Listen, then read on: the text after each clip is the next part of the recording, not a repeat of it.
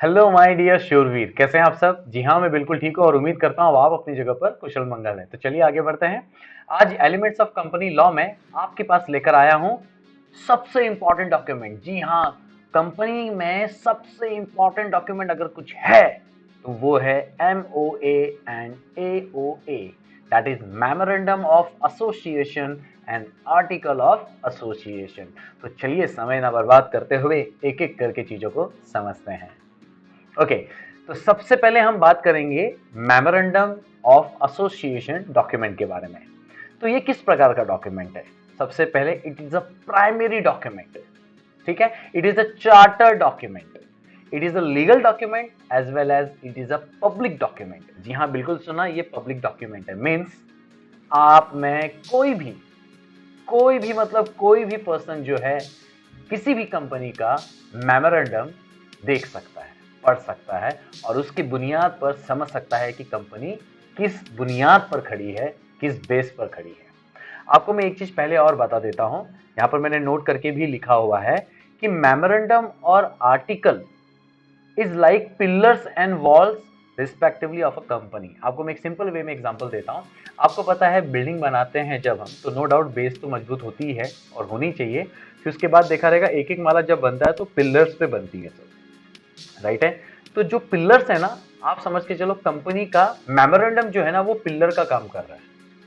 अब पिलर से ही काम नहीं चलेगा, दीवारें चाहिए, घर को सजाना है, दीवारें चाहिए, है ना। तो आप ये समझ के चलिएगा जिस तरह से बिल्डिंग में वॉल की भी जरूरत होती है ना, हर चीजों से बचने के लिए, तो ठीक वैसे ही कंपनी में आर्टिकल ऑफ एसोसिएशन डॉक्यूमेंट की जरूरत होती है। तो आपको मैं सिंपल वे में समझाने की कोशिश कर रहा हूं कि मेमोरेंडम जो है, मान के चलिए कंपनी का जो है पिलर है और आर्टिकल जो है कंपनी का वॉल है। Is that clear? चलो अच्छी बात है, पहले मेमोरेंडम कवर करते हैं, ठीक है। तो समझ में आ गया डॉक्यूमेंट कैसा है। ये प्राइमरी है, चार्टर है, चार्टर मतलब आपका एक सबसे बड़ा डॉक्यूमेंट है। लीगल है, ऑफ कोर्स कंपनीज एक्ट 2013 के अकॉर्डिंग चल रहा है और पब्लिक डॉक्यूमेंट है, कोई भी उसे देख सकता है। नेक्स्ट क्या है, इसमें होता क्या है? It states aims and object of the company. Means if you want to know कि भैया रिलायंस कंपनी का मेन एम और ऑब्जेक्टिव क्या है, then you have to read Reliance company का memorandum of association. It's simple.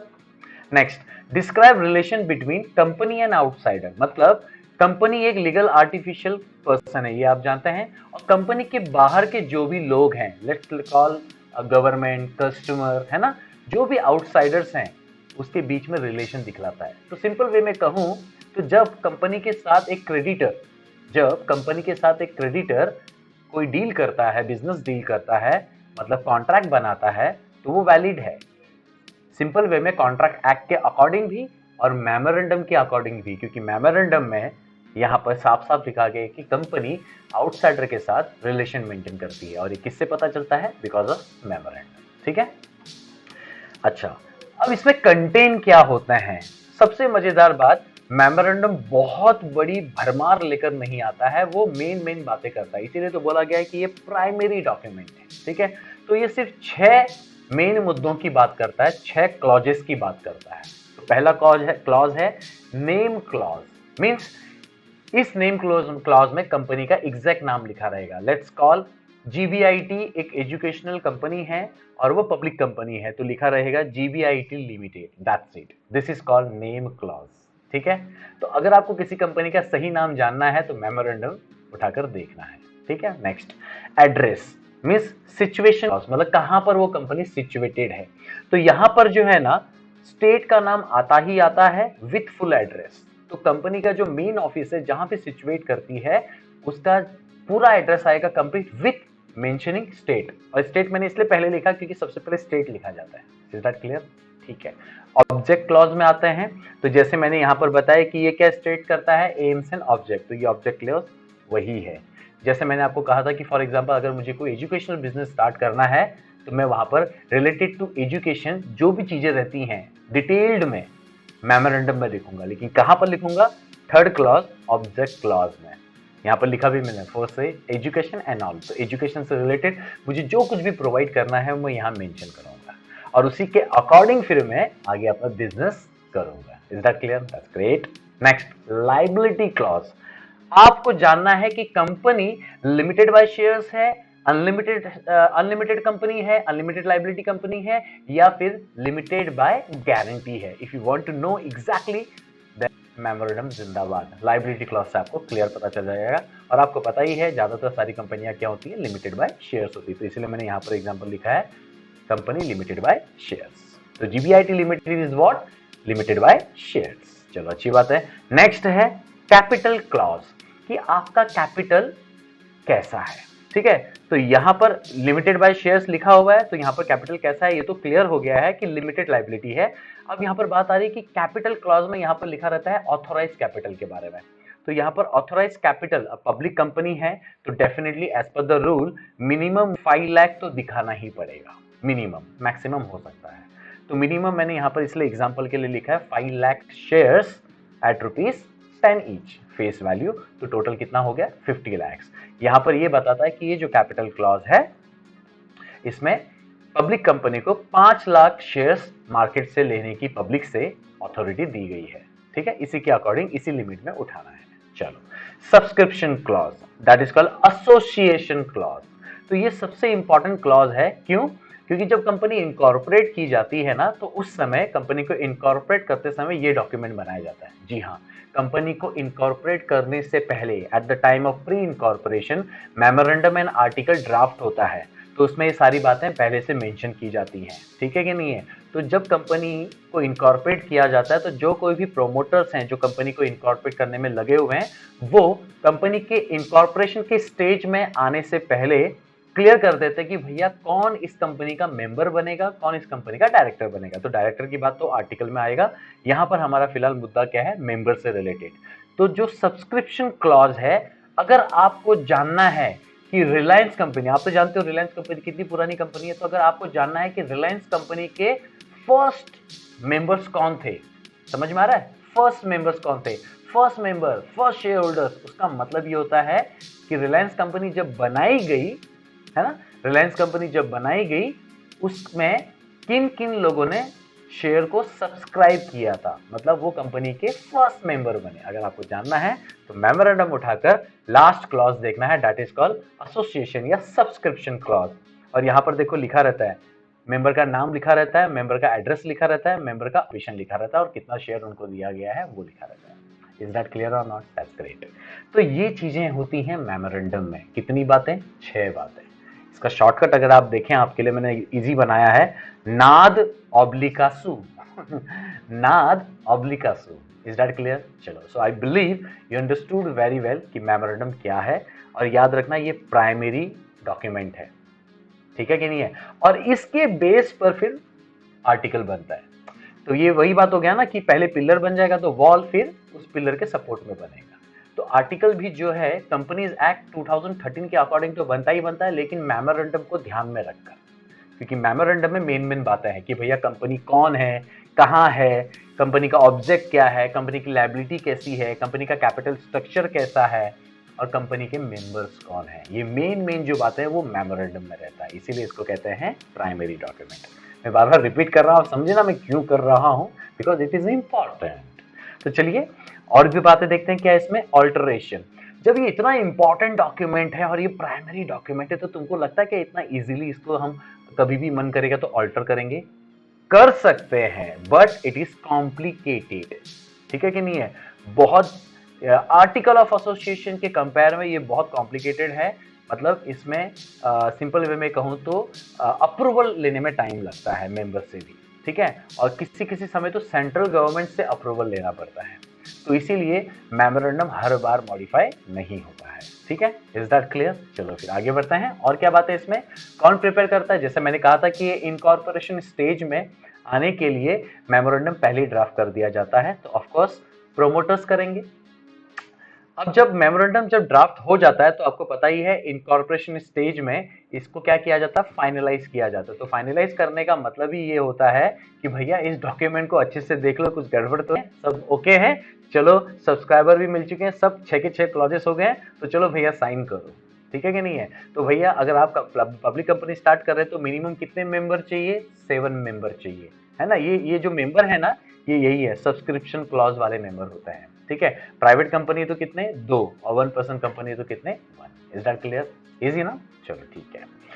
तो मेमोरेंडम हमारा कंप्लीट हो गया है, तो अब हम किस पर आएंगे, आर्टिकल ऑफ एसोसिएशन में आएंगे, ठीक है। अब आर्टिकल ऑफ एसोसिएशन किस प्रकार का डॉक्यूमेंट है, तो इट इज अ सेकेंडरी, क्योंकि फर्स्ट क्या है, memorandum. Why it is secondary, because I already told you that AOA is prepared on the basis of Companies Act 2013 as well as memorandum of a particular company. So that's why it is called a secondary document. But it is same kind legal document and it is also a public document. तो अगर आपको किसी company का management के बारे में जानना है, जैसे मैं अभी आपको कहता हूं, वैसे स्टेट्स क्या बताता है ये article of association, by laws of company, मतलब सिंपल बोलूं, कंपनी का जो मैनेजमेंट है वो किस तरह का है, अगर आपको जानना है, then you have to read article of association of a particular company. Is that clear? अब आप कहोगे सर आपने बोल तो दिया मेमोरेंडम और आर्टिकल पढ़ने के लिए, कहाँ से पढ़े सर, जाएं क्या कंपनी के पास, जाओ ना, कंपनी के पास जाओ, कंपनी आपको देगा पढ़ने के लिए। कंपनी के ऑफिशियल वेबसाइट में जाओ, कंपनी के ऑफिशियल वेबसाइट में आप उसको डाउनलोड करके देख सकते हो, या फिर आप ROC रजिस्ट्रार ऑफ कंपनी में कंपनी का नाम डालो, उसका मेमोरेंडम और आर्टिकल आपको दिखेगा, आपको नॉमिनल फीस पे करके डॉक्यूमेंट अपने पास रख सकते हो। इज दैट क्लियर और नॉट, दैट्स इजी, ठीक है। ये तो बहुत आगे की बातें हैं, इंपॉर्टेंट ये है कि भैया हमको कंपनी के बारे में जानना है। If you want to know the company, the things about the company, then you have to read memorandum and article. इससे पूरी कहानी समझ में आ जाती है कि कंपनी का वजूद क्या है। तो चलो, बायलॉज ऑफ कंपनी का मतलब ये है कि internal management, rules and regulation of a company, simple, ठीक है, रूल्स एंड रेगुलेशंस। चलो आगे बढ़ते हैं। Describe relation between company and members. Of course company बन चुकी है तो कंपनी और मेंबर्स, ठीक है, कंपनी और मेंबर का रिलेशन कैसा रहेगा वो यहाँ पर दिखाया जाता है, और इवन आपस में मेंबर्स का रिलेशन कैसा रहेगा वो यहाँ पर दिखाया जाता है। लेट्स टेक एग्जांपल कि कंपनी अपने शेयर्स, कंपनी का जो मेंबर है वो अपने शेयर्स किसी और को ट्रांसफर कर सकता है कि नहीं, या अदर मेंबर को ट्रांसफर कर सकता है कि नहीं। यस ऑफ कोर्स कर सकता है। तो ये यहाँ पर से पता चलता है, क्योंकि आर्टिकल ऑफ एसोसिएशन में मेंबर्स के बीच में भी रिलेशन देखने को मिलता है। अब इसमें सबसे इंपॉर्टेंट बात है कि इसमें क्या क्या बातें हैं, होने के लिए तो बहुत सारी बातें हैं, लेकिन मैंने आपके लिए स्पेशली बहुत ही कस्टमाइज करके जो यहाँ पर रखा है और याद रखने के लिए भी इजी बनाया है। तो मेन अगर आप देखें तो शेयर कैपिटल के बारे में इसमें होती हैं बातें। तो शेयर कैपिटल के बारे में होंगी, मीटिंग्स के बारे में होंगी, डायरेक्टर एंड ऑफिसर्स के बारे में इसमें बातें होंगी, कंपोजिशन ऑफ कमिटी के बारे में चर्चा होगी, अकाउंट से रिलेटेड चर्चा होगी, और बाकी जो लिखी हुई उसके ऊपर चर्चा होगी। फटाफट में एक नजर मार लेते हैं शेयर कैपिटल के बारे में क्या चर्चा होगी, कि कौन से टाइप का ये शेयर कैपिटल है, इक्विटी है कि प्रेफरेंस है, पेड अप शेयर वैल्यू कितना है और उसकी वैल्यू कितनी है ना। अल्टरेशन, क्या हम कैपिटल को अल्टर कर सकते हैं, और कर सकते हैं तो कैसे करेंगे, क्या प्रोसीजर रहेगा, क्या हमें जब अलॉट करना है शेयर्स, है ना, अगर आपको कंपनी में पैसा लगाना है, if you want to become a member, तो आपको कंपनी के शेयर्स खरीदने पड़ेंगे। तो शेयर्स आपने खरीदा तो कंपनी आपको शेयर अलॉट करेगी, तो उसका क्या प्रोसीजर है। अलॉट कर दिया शेयर आपको, तो अब आपको कंपनी क्या करेगी, एक कागज में शेयर सर्टिफिकेट बनाकर देगी कि भैया आपने हमारी कंपनी से शेयर्स खरीदा है। तो उसके बारे में यहाँ लिखा होगा कि किस तरह से होगा। If you want to forfeiture the shares, company को शेयर अपने फोरफीचर करने हैं, तो भैया उसका प्रोसीजर पूरा यहाँ लिखा रहेगा। कंपनी को अपने शेयर ट्रांसफर या ट्रांसमिशन करने हैं तो वो लिखा रहेगा। डिविडेंड पॉलिसी कैसी रहेगी कंपनी की, वो लिखी रहेगी। शेयर होल्डर के राइट्स कैसे हैं वो लिखा रहेगा। देखो आ गया ना शेयर होल्डर के राइट्स, आ गया ना, कंपनी का रिलेशन डिस्क्राइब कर रहा है मेंबर के साथ और बिटवीन मेंबर्स, आ गया ना बात अपने आप। ट्रांसफर ट्रांसमिशन क्या है ना। तो यहाँ पर इसीलिए ये प्योरली बताया गया है कि ये कंपनी एंड मेंबर्स का रिलेशन क्लियर करता है, क्योंकि यहाँ पर देखो सारी बातें कंपनी एंड मेंबर के बीच की ही है, ठीक है। शेयर फॉरफीचर करना है तो भैया किसका फॉरफीचर करेगा, ट्रांसफर करना है किसका करेगा, अलॉटमेंट करना है, सर्टिफिकेट इश्यू करना है किसको करेगा, मेंबर को करेगा। शेयर कैपिटल किसका है, मेंबर का है। कौन दिया, कंपनी दिया है, तो रिलेशन दिख रहा है ना। चलो मीटिंग्स, डायरेक्टर्स की मीटिंग होगी तो बोर्ड मीटिंग कैसे कंडक्ट होगी, किस तरह से होगी। अगर फ्यूचर में कमिटी बनाई है ना, कुछ मेंबर, कुछ बोर्ड ऑफ डायरेक्टर मिलकर जो है एक अलग से कोई प्रोजेक्ट को चलाने के लिए अलग से कमिटी बना रहे हैं, है ना, तो उसकी कमिटी मीटिंग कैसी होगी। जनरल मीटिंग, शेयर होल्डर की मीटिंग कैसी होगी, उसमें प्रॉक्सी कितने अलाउड हैं, कोरम कितना रहेगा, पोल कैसे करेंगे, वोट कैसे करेंगे, एडजर्नमेंट अगर कैंसिल होता तो क्या प्रोसीजर है, ये सारी बातें मीटिंग से रिलेटेड आर्टिकल्स में रहेंगी। तो आपने नोटिस किया मेमोरेंडम और आर्टिकल में बिल्कुल फर्क है। मेमोरेंडम मेन मलाई की बात करता है और ये पूरा जो है छाछ बनकर सामने तैयार है, ठीक है, बिखेर दिया है। Director and officers, yes of course, उनका अपॉइंटमेंट, उनका सैलरी कितना रहेगा, उनको रिमूव कैसे किया जाता है, उनको कितनी पावर्स देनी है, उनकी क्या जिम्मेदारियां रहेंगी, वो सब इसमें मेंशन की रहती है। किसमें? आर्टिकल ऑफ एसोसिएशन में। कंपोजिशन ऑफ कमिटी, ये तो मैंने कंपोजिशन किसकी कही थी? बोर्ड की, डायरेक्टर्स की अलग से जो कमिटी बनती है। ये वाली जो कमिटी है वो कैसी? जैसे ऑडिट कमिटी बनानी है, रेम्यूनरेशन कमिटी बनानी है, जिनको कॉर्पोरेट सोशल रिस्पॉन्सिबिलिटी एप्लीकेबल है, उन कंपनी को कंपलसरी सीएसआर कमिटी बनानी है। तो ये सब जो कमिटी रहती हैं वो किस तरह से फॉर्म होंगी, कब फॉर्म होंगी, क्या क्या ड्यूटीज रहेंगी, वो सब इसमें मेंशन होता है। अकाउंट्स, बिजनेस हो रहा है तो भैया पैसे का लेन देन होने वाला है, तो उसका हिसाब किताब होगा, तो उसकी ऑडिटिंग वो किस तरह से होगी, कैसे करनी चाहिए। मनी ट्रांसफर टू रिजर्व, जितना भी प्रॉफिट जब आया है तो पूरा उड़ेलना तो नहीं है, रिजर्व्स बना के रखेंगे ताकि फ्यूचर में काम आ सके, है ना। तो ये सारी चर्चा इसके अंदर रहती है। Is that clear? और इसी के बेस पर फिर जो है कंपनी का काम जो है धीरे धीरे आसान होता चला जाता है, और कंपनी को भी पता रहता है, फिर डायरेक्टर को भी पता रहता है, और कंपनी के जो चार्टर अकाउंटेंट, कंपनी सेक्रेटरी हैं, सीए, कॉस्ट मैनेजमेंट अकाउंटेंट है, उनको पता रहता है कि हमको इनके अकॉर्डिंग जो है कंपनी को सही तरह से रन करना है। फिर बोरोइंग पावर्स, कंपनी किस तरह से बोरो करेगी, बाहर से पैसा किस तरह से उठाएगी, like debentures, loan from the banks and everything.